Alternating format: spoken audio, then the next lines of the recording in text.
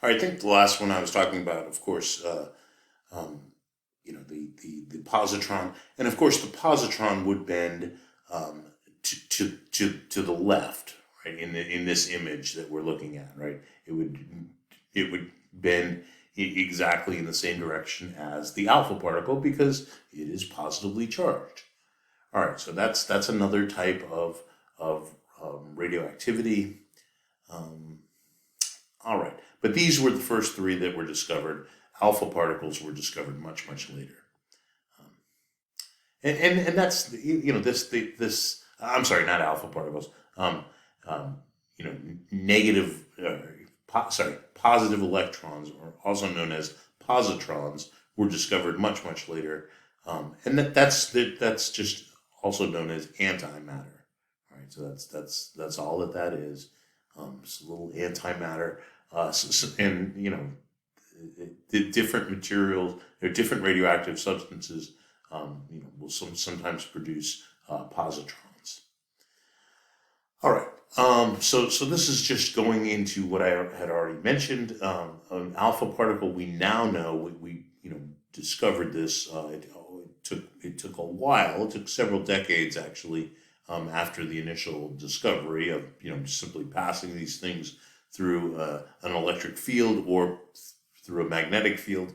Um, but we discovered what an alpha particle is. It turns out that it's a helium nucleus, but a very odd thing. It's a helium nucleus that doesn't have any electrons, right? Because it it's two protons and two neutrons that came from a much heavier nucleus. So that effectively changed the nucleus, right? When the two protons left the nucleus, that nucleus, whatever it was, and we'll do some of these nuclear equations. They're really simple, but when that alpha particle left, it changed that particular atom, by reducing its protons by two, right? So that's the transmutation. That's exactly what we talked about before. Um, and of course, the helium nucleus has energy. It's moving, sometimes quite rapidly, in different types of radioactivity. The helium nucleus can be moving, or the helium nucleus, or some people just call it an alpha particle. That's perfectly fine. They mean the same thing. An alpha particle and a helium nucleus literally mean the exact same thing. But they always have some kinetic energy, the energy of motion. All right.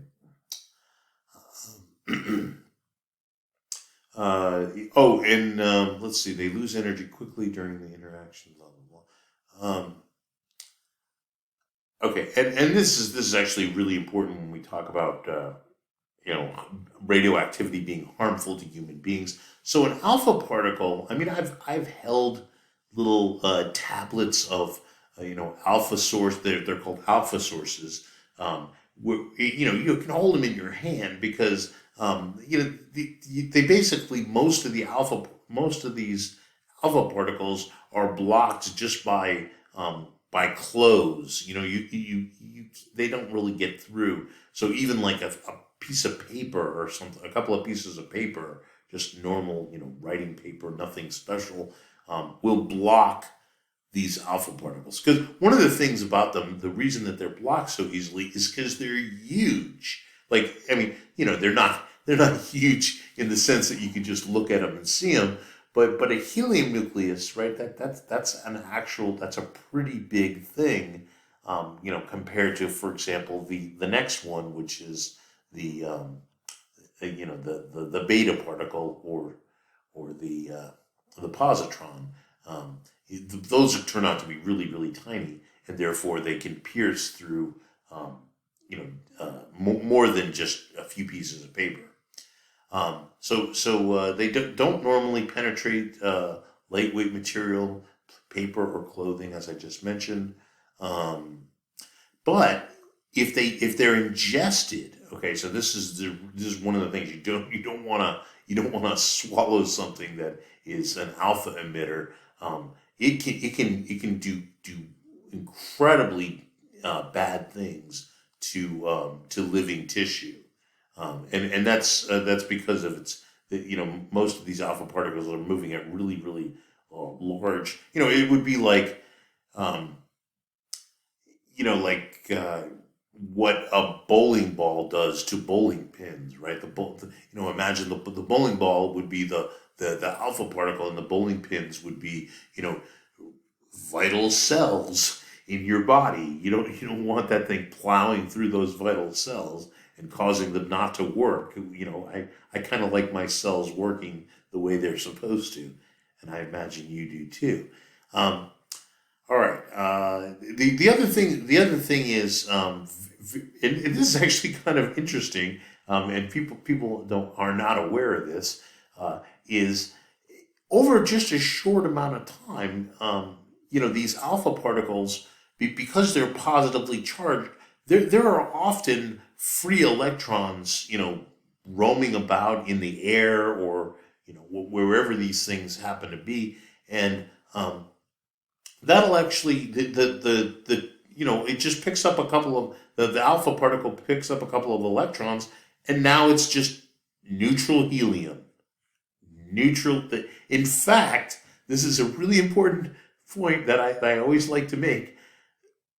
You know how, like, it's maybe not as much anymore, but a long time ago, you used to be able to go to like a grocery store, and like when my kids were really young, they'd go to the grocery store and they'd always want a balloon, like a balloon that's filled with helium, right? And they, the grocery stores would give them out free. I mean, they weren't anything special, but all that helium came from alpha particles. Like, helium doesn't occur naturally, on Earth. In fact, helium wasn't even discovered. Like you look at the name of it, right? If you look at the back in the 19th century, we knew about lots and lots of different elements, and we were discovering all these different elements on the periodic table. Helium, actually, we found this certain substance that was only found in the sun, and so it got its name from the sun, which, of course, the sun, like in Greek, is helios, and so that's why it's called helium, right?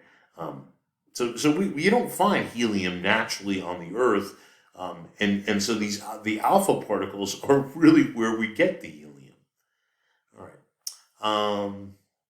and of course, yeah, as we already mentioned, it's the helium nucleus with the helium, the alpha particle, which is of helium nucleus, without the electrons, it gets deflected in a magnetic field. By the way, once it picks up the electrons and it's just normal neutral helium, it doesn't get deflected in an electric field or a magnetic field, right? Because it's neutral now.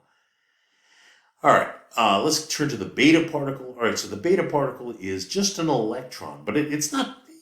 I mean, it's not just an electron. It's an electron that has come from the nucleus of an atom, and in fact, within the atom, the neutrons, right? The neutron has turned into a proton and an electron. The proton stays behind, and the electron comes flying out, and it comes flying out with a good amount of kinetic energy. Let's see, and it has a much smaller, as it says here, it has a much smaller mass. I think we mentioned that earlier. Of course, it's an electron, right? An electron already has almost 2,000 times less mass than a single proton. So compared to a helium, a helium nucleus or an alpha particle, it has like 4,000 times less mass, approximately 4,000 times less mass. All right, it does have a strong. It has a -1 charge. That's if it's a beta particle. If it is a positron, remember, beta particle is just it's an electron. It's a negatively charged electron. If it's a positively charged electron, we call those positrons. All right. Let's see. It loses energy at a slower rate as it travels through the air, and therefore it travels much further than the alpha particle before being stopped. In fact, you need like several sheets of like aluminum foil to block beta particles. And you can have a Geiger counter. Geiger counter is a device that measures radioactivity. You probably heard those on movies or something like that. There's characteristic clicks. When you get close to a radioactive source, and you can just put a couple of pieces of aluminum foil, and that'll block a beta source. All right. It does penetrate deeply into skin, and is not blocked by your clothes. It'll go right through, and it can be very harmful to living cells. Not as harmful as an alpha particle, but it has more of a chance of getting inside of you than an alpha particle. Alpha particle, you literally almost have to swallow the source, the alpha source. Once stopped, it just becomes an ordinary electron. In other words, there's some atom that needs an electron, and it'll usually just join up with that atom. Of course, before that happens, it's deflected in a magnetic or electric field, and it's always deflected in the opposite direction of the alpha particle, because the alpha particle is positively charged. Of course, the positron will go and will be deflected in the exact same direction. All right, let's see, gamma rays. All right, so gamma rays are, of course, high energy photons. That's another way of describing them. They're high energy electromagnetic radiation, and it's the highest of energy, right? That's the highest energy there are. It's emitted in the nucleus. And basically what happens, if this is the only thing that happens, is the nucleus will go, the nucleus itself goes from a higher energy state to a lower energy state. But it doesn't change into another atom.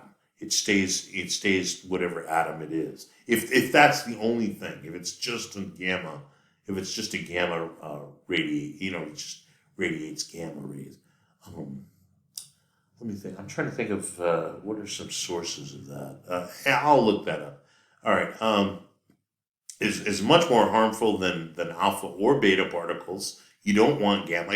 No matter if you've watched The Incredible Hulk or if you're into that Marvel stuff, it's not good for you. You don't ever want to be exposed to gamma radiation. It's not going to turn you green. It's going to do incredible damage, if not kill you. If you're exposed to enough of this stuff, it can actually kill you in a short amount of time.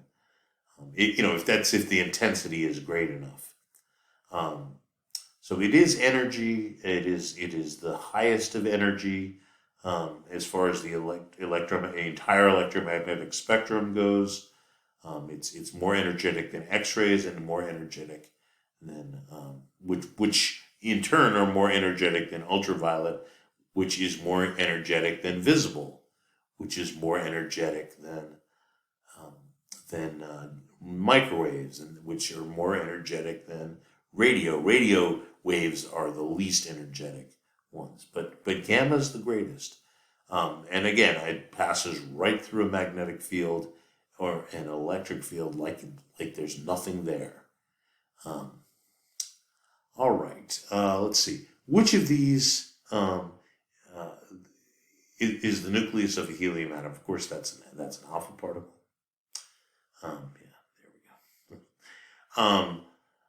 So this is what this one is about. Is how much can the this is about how much the